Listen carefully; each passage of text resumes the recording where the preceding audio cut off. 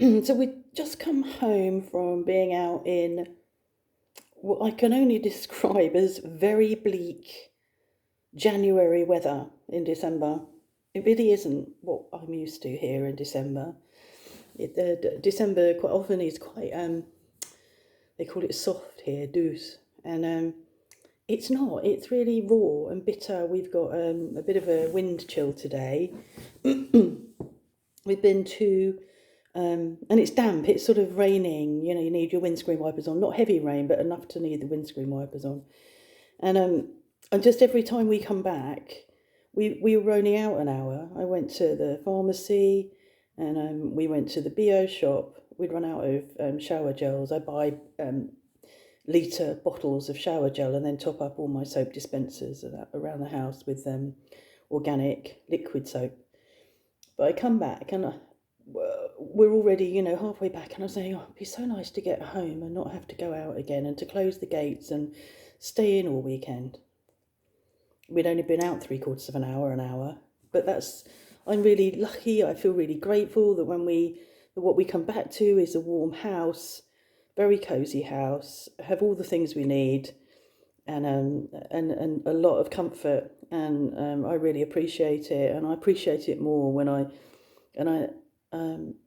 have to stop myself dwelling on the fact that there are refugees living on the side of the channel in flimsy tents in this sort of weather. I mean, we're further south than they are, so they're being battered by the storms up there, and they're cold and they're wet and they never really dry off. And frequently each week, I don't know how many times a week, but frequently the gendarmes come along really early in the morning and just take all their belongings and tents and get rid of them and destroy them and make them wet so they're unusable. And Care for Calais have to replace everything, and it's just atrocious, absolutely atrocious.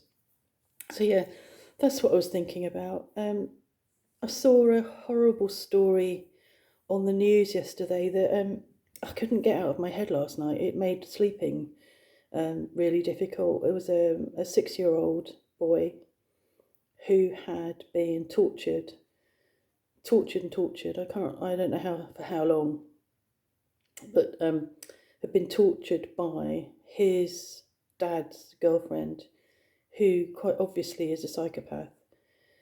And I don't know how, but sadly, well, it's awful. He's dead. I think she slammed his head against a wall, and that's how he eventually died. And what a relief for him that he's dead, which is an awful thing to think, but the way that he was living was not living. But there was a news item last night, and I hadn't really come across it when it had happened, this particular incident. It happened in the first lockdown last year, so it was quite easy to be able to get away with this sort of behaviour back then. Hidden people, life wasn't going on as normal. Social workers weren't probably as vigilant as they might have been outside of lockdown. But there was CCTV footage of this little boy desperately trying to put away his bedding, dragging it, and his little broken body dragging his bedding, I don't know to where. Absolutely desperate. And then there was further footage of you hearing him that she'd recorded. The killer had recorded him crying, "I want you to feed me. I want you to feed me." 6 years old. And I really struggled with, trying to get to sleep and thinking about this isn't going to change it. Me knowing about this isn't going to change it. But I find it really hard when I know people have been abused or people are being treated so badly. I really find it quite hard to switch off. My job back in the UK at some point was caring for people who had been so badly abused in childhood, and some of them continued to be badly abused in adulthood. So I think that I'm drawn to feel very strongly about people in such vulnerable situations. But this poor little boy, and I don't know how many more are there out there. How many more cases are coming to court? I haven't seen it. I don't really. I mean, I do see UK news, but I don't see all of the UK news. I certainly don't read newspapers from the UK. But how many more children were in such dire circumstances during lockdown and are in such dire circumstances now? And this poor little boy, his real mum, was in prison. So his dad took him to live with his girlfriend, who is the one that was committed yesterday, sentenced yesterday, accused of murder, or she was sentenced. So she got so many years for murder, and the father got so many years for manslaughter. But who knows what their life would have been like if he was living with his mum and his dad.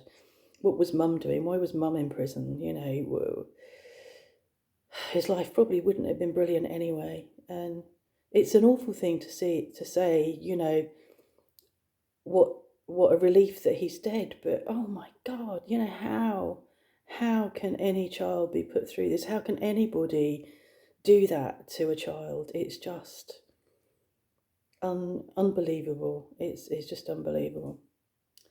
So yeah, I come home here and I really appreciate how lucky I am and how lucky we are and how comfortable we are, and there's so many people out there that aren't and that don't have what we have, and I wish that I could make changes to that, and I can't. I can make donations to charity, which we do, you know, homeless charities and food bank charities and Care for Calais, and I can do all of that. I can put some money towards it, but it's not enough. It really isn't enough, and I don't know what the answer is, and I don't know why. It seems that people seem to have more compassion for animals than they do human beings sometimes. Gosh, that was maudlin, wasn't it? Anyway, I think it needed to be said. I needed to say it, and be interested to hear what you think about it. If you know of any more cases that I haven't seen that are waiting to come to court, and whether you have an answer. I wish I did. Okay, have a good evening.